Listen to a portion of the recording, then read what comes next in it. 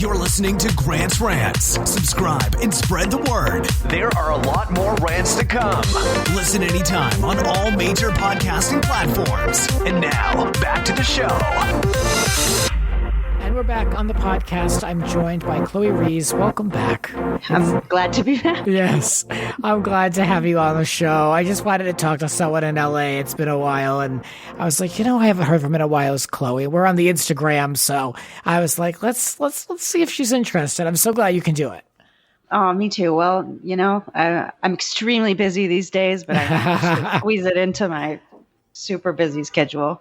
Well, Chloe and I, for those who don't know, we met at the first and basically the start of the Free Britney movement, the very first Free Britney rally in West Hollywood, at the West Hollywood City Hall. And I know you've been following this as long as I have.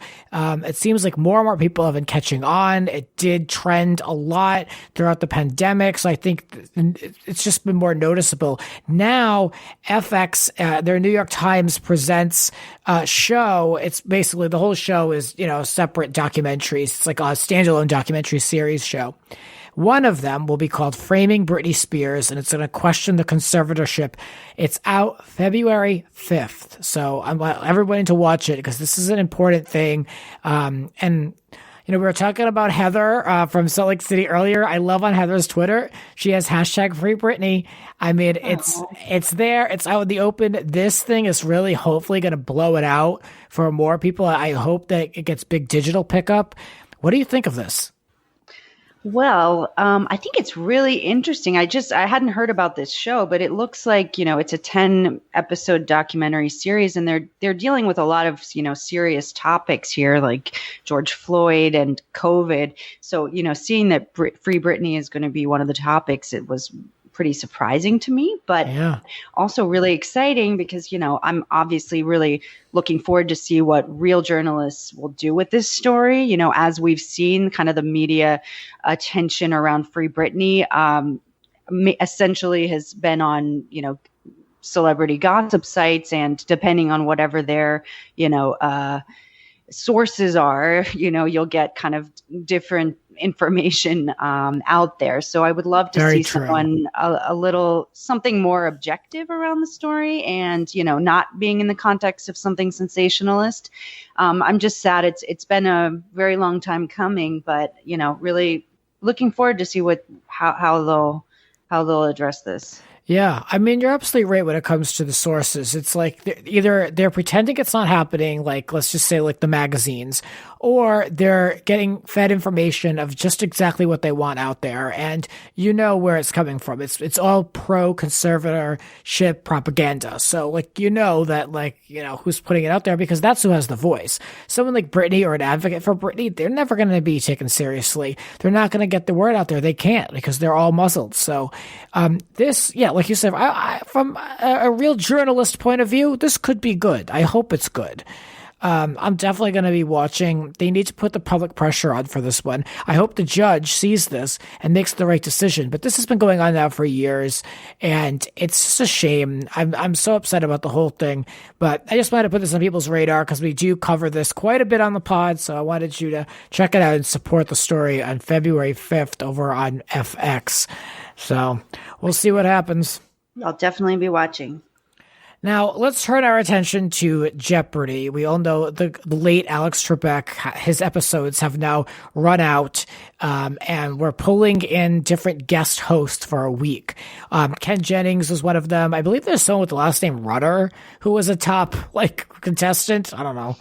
And I don't know, maybe some relation, but not enough to know. And my family is so small, probably none.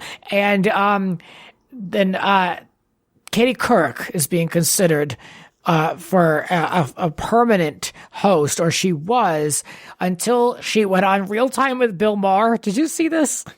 Yeah, I certainly did. So I watched Bill Maher, and I watched her on there. Let me start off by saying, not a huge Katie Couric fan. I find her a little phony. I feel like she's been trying to find her place in the business for so long. I know she had like a Yahoo deal. She's been a guest and a panelist often. I know she has like her digital show. I watched her interview some politicians before the election, but I don't know where her place is. So this could have been interesting with Jeopardy. I'm not a regular viewer, so it wouldn't have bothered me either way. But on Bill Maher, she questioned, how are we going to deprogram the cult of Trump? And because of this has completely excluded her from any type of standing within the production company of Jeopardy. And she, now we don't know who's going to be hosting. It's now the favorite is Ken Jennings. Who cares so much? I don't at all. But again, not a huge fan of Katie Couric, but can the woman have an opinion about politics? I don't understand. Is this a sexist thing? I mean, I don't understand. Who is so squeaky clean these days that they're going to even find to fill this role if a question like that is going to disqualify her? Yeah, that's a great point. I felt the same way about Katie Couric. I grew up watching her on the Today Show, and it seems like she has always had a hard time figuring out whether she wants to be, true, like real journalist or more, kind of the entertainment journalist. I personally, I wouldn't see her actually even being interested in this job. So I was quite surprised to see that she was at least doing this, guest host gig.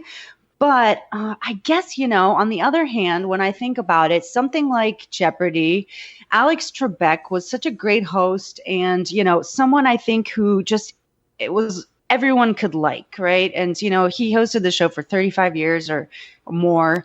And I guess it was an era before Twitter where people just weren't very open about their political views. So someone, could just go on for 30 years without really even mentioning politics because there wouldn't have been a forum for that. But today, in this day and age, it is just, it seems par for the course that any type of public figure is going to have a Twitter account and be able to, talk about their views. And so, I think that we just don't live in a world where you can expect someone to be like, oh, just keep it quiet. So I think it is pretty stupid for them to disqualify Katie for this reason. But, apparently it is the viewers are all kind of over in their 60s and well, that's it. Generally conservative viewers. But that's what they're citing in this article. They're saying that the average age is like 64 years old and they're very conservative. And the producers are very worried about, how Katie's question on Bill Maher will be perceived to a conservative audience. Now, again, who are you going to find that has such a squeaky clean image? I think being silent or not saying anything is complicit. The older generation that we're talking about here, they're so quick to call our generation a bunch of snowflakes. So what's the difference? If they're going to be so offended by a question she asked on Bill Maher, then, what makes them not a snowflake? I don't see the problem. Why must we shield the Trump voter? That's a great point. And also, probably would make more sense to try and open Jeopardy up to a larger audience than just pander to a small population aging audience over 65 conservatives. So I guess I also saw that they have a couple other guest hosts planned. Mayim Bialik, who was on The Big Bang Theory and Blossom, and actually has a PhD in neuroscience. So, clearly is a smart woman. Not sure what her vibe as a host would be, but she might be a promising option. Mm-hmm. Yeah, I mean, that'd be a great lifelong gig for someone like her. I mean, she's still, I believe, in her late 30s. Yeah. That would be great. I mean, that would, be a good move, like, for her career. And it would also, buy the show a lot of time with their next host.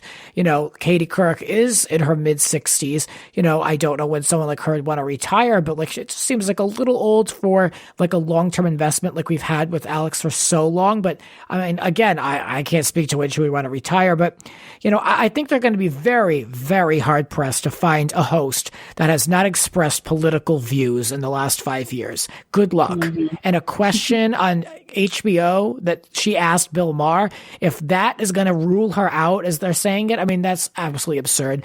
And this isn't even in defense of her. This is just like stupid. Like, I just think this makes no sense whatsoever, and I'm frustrated by the whole thing, and I just don't understand. Like, I don't get treated with kid gloves. I don't understand why we have to be so shielding of this conservative audience. I mean, it's tough out there, man. And the reality is that people are going to say things that you don't agree with. Now, can they ask a question on Jeopardy or pose a question? Yeah. I mean, just let them do it. What's the big deal? So I think the story is absolutely absurd. So it fired me up, and I wanted to rant about it. Well, I agree. Good. Alex Trebek passed, and now we found out that Larry King has passed. And, I made a little story about it on Instagram.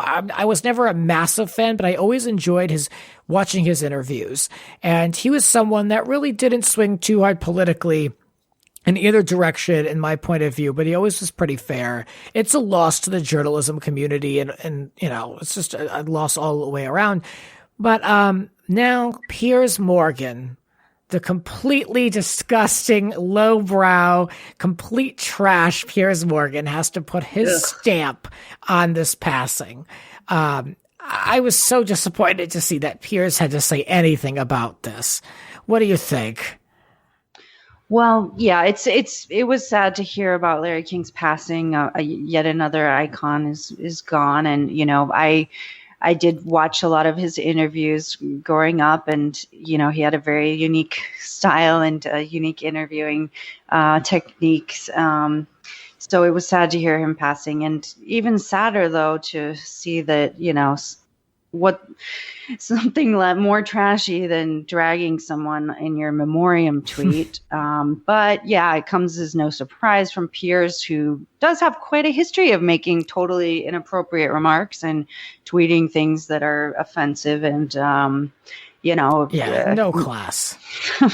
And, I think it's sad that these days with Twitter that celebrities always have to kind of center themselves when it comes to someone notable passing, and that kind of overshadows the memory of the person. So that for me is always unfortunate. Yeah, I mean, if anyone's going to stoop to a garbage level low, it would be Piers. Here's his tweet. Here's what he said.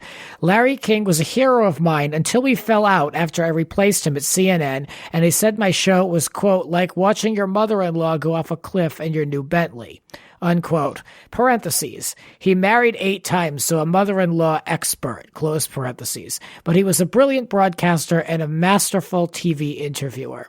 So, in just a few short characters, he managed to make the whole thing about himself.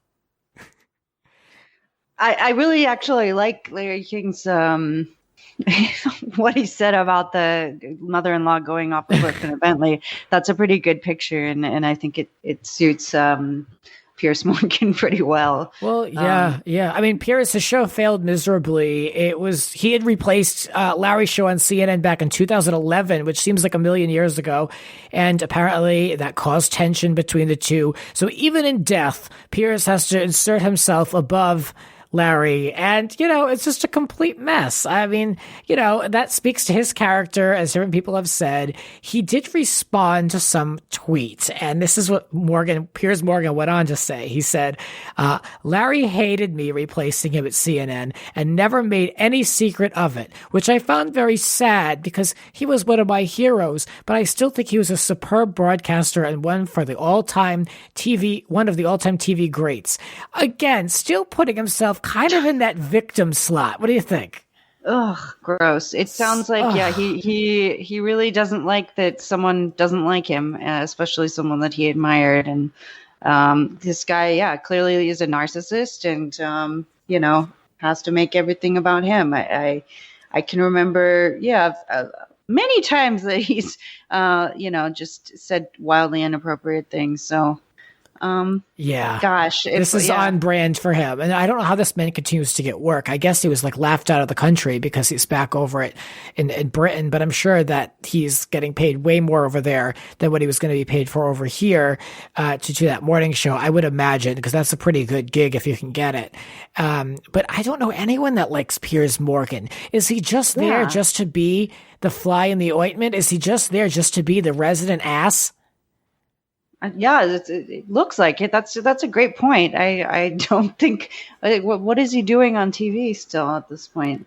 Oh, I mean, this is the problem. You can't kill these people's careers, and you can't get them out because they do have influence, and they have these followings, and they have money-hungry agents and managers. And, let somebody else host that morning show. Let somebody else step up. These people, these same figures have to fill these roles forever and ever.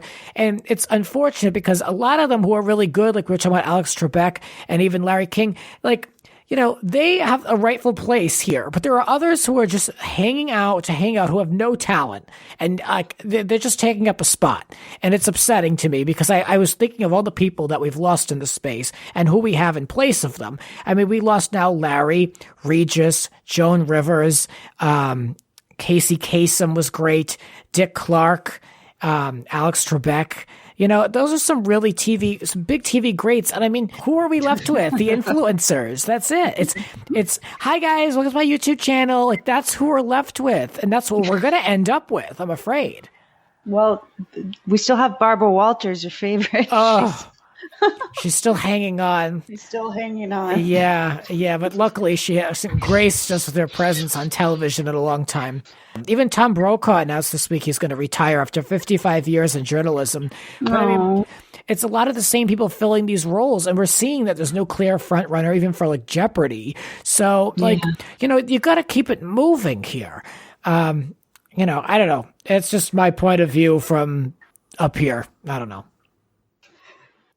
When I was thinking about Jeopardy, I was thinking who would make the best host for Jeopardy, and for some reason, Anderson Cooper came to mind. What do you think about him as an option? I've never thought about it. I think he could fit in with like the age bracket. Yeah, I don't know. He's distinguished. He's smart. And he has a little funny. Well, apparently the Jeopardy audience, as we've learned, is extremely fragile. So if they find out that an openly gay man is hosting their favorite game show, I don't know. I mean, I think that's absolutely so stupid. But how are we ever supposed to move forward as a people if we're still worried about things like that? Please. No further comment. End of rant. Chloe, thanks for chatting with me. Oh, thanks, Grant. It's been amazing. Oh, man. I'm glad you enjoyed it. And I hope you guys enjoyed the wide variety of topics found here on the podcast. There'll be more rants to come. Good things coming. I appreciate you continuing to support the show. Stay healthy, everyone out there. And same to you, Chloe. You're in the middle of a lot in LA, so good luck. Grant. Good luck. We'll talk soon. Thanks, guys, for listening. I love you for it. This has been Grant's Rants. Follow Grant on Twitter and Instagram at It's Grant's Rants. Cover art created by Howie Ronay. Original theme music by Alexander Arntzen. The Grant Michael Collection.